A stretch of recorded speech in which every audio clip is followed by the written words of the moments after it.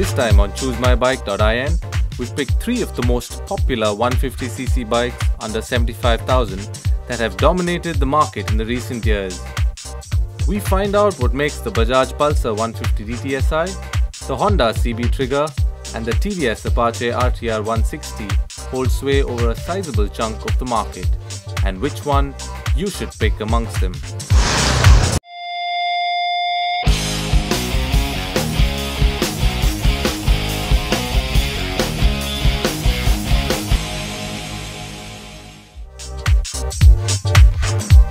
In terms of design, the 3 bikes we have here are as varied as the colors of the rainbow. While the Honda exhibits restrained and matured styling, the Apache clearly has a sporty bent in its design. The Pulsar forms the middle ground here, looking neither too flashy nor dull.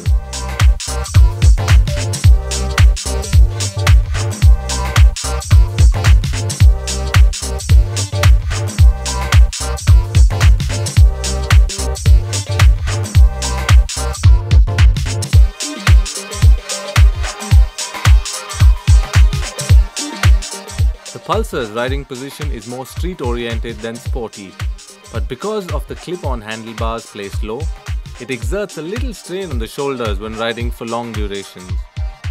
The CB Trigger offers much more comfortable ergonomics, with its tall handlebar and forward-set foot pegs offering an upright seating position. The Apache gets clip-on handlebars and slightly rear-set foot pegs that seat the rider in a forward bent posture. Surprisingly, we found it to be quite accommodating, although not as comfortable as the CB Trigger. On paper, the Pulsar 150 and the CB Trigger do have a 10cc handicap compared to the RTR 160. But on the road, the perceived difference is very minor. As a result, the 3 bikes are closely matched in terms of performance, but how they build up speeds differ. The Pulsar has a good amount of grunt at the lower reaches of the rev range, which has it accelerating hard initially, with the power tapering only at high engine speeds. In contrast, the CB Trigger has a slightly limp bottom end, but it starts pulling enthusiastically once you hit the mid-range all the way to the red line. While the 10cc advantage doesn't help the Apache outright, it certainly makes it feel meatier than the other 2. The bike has a linear power curve with strong acceleration right from the low revs till the limiter. The Pulsar handles well, responding to steering inputs with quick and stable direction changes. One minor shortcoming though is that the front end feels heavy at low speeds, making riding in traffic a tedious affair. The CB Trigger is good too, although it isn't dynamically very focused.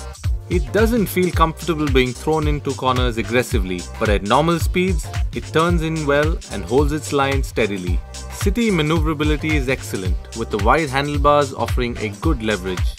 The Apache is hands down the best handling bike of the 3. Its short wheelbase allows it to turn quickly with minimal effort, while the chassis and suspension setup lend it good mid-corner and straight-line stability. It tends to get a little tricky to control if you push it very hard though. The Pulsar has a firm suspension setup, which imparts an unsettled ride over bumps and crests, whereas the CB Trigger offers a plush ride quality, the best amongst the 3 here. It makes light work of bad roads, bumps and potholes, dampening them quite well. The Apache suspension strikes a good balance between ride quality and handling. The conventional front and gas-charged twin rear shock absorbers have enough dampening to soak up most surface undulations commendably, yet they are firm enough to prevent wallowing or swaying when cornering. With a disc brake at the front and a drum brake at the rear, the Pulsar 150's braking system may come across as inadequate on paper, but in reality it is quite effective, bringing the bike to a halt from 40 km/h in 9.46 meters. The CB Trigger's combi braking system steals the show in our braking test. The linked front and rear brake setup activates both brakes when only the rear brake lever is pressed. It takes much lesser effort to come to a halt from high speeds. In our braking test, the CB Trigger could stop from 40 km/h in 7.48 meters. The Apache also comes with pedal disc brakes on both wheels, but unlike the CB Trigger, they are independent. Still, they offer stellar braking performance with loads of feel and very little lock. The bike managed to stop from 40 km per hour in 9.27 meters. The CB Trigger comes with a fully digital instrument cluster, whereas the Pulsar and the Apache have a digital speedo and analog tacho combo. The Pulsar speedo is the most legible, with the speed etched in a large black font on an orange backlit display. The Apache speedo includes a nifty top speed recorder and an acceleration timer. The bike also comes with LED daytime running lights, which remain lit at all times, adding to the bike's allure.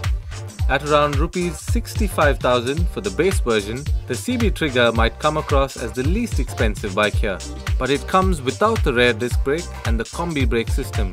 Adding them increases the price by a big margin, roughly around 9,000 rupees.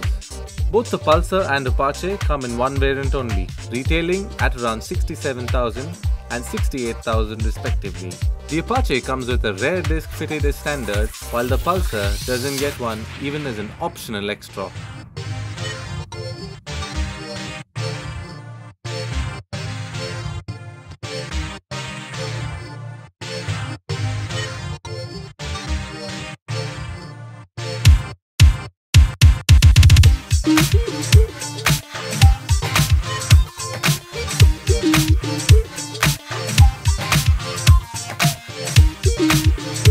The Bajaj Pulsar 150 DTSi, the Honda CB Trigger and the TVS Apache RTR 160 are all very closely matched.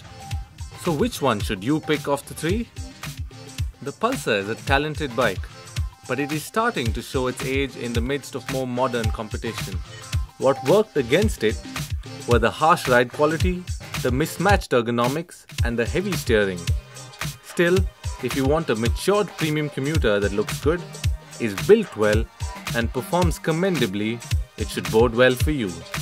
The Apache is a brilliant offering in the segment. We like the performance it offers and its dynamic character, but its sporting mindset isn't something that would appeal to a wide audience. If you're looking for a bike under 75,000 that offers sporty performance and handling, yet can be ridden every day, the Apache RTR 160 is an option that you should consider very seriously. It was a really close call, but considering the fact that these bikes will spend most of their time in city traffic, we picked the CB Trigger. Apart from the comfort factor, it has enough power on tap to cruise and overtake on the highway.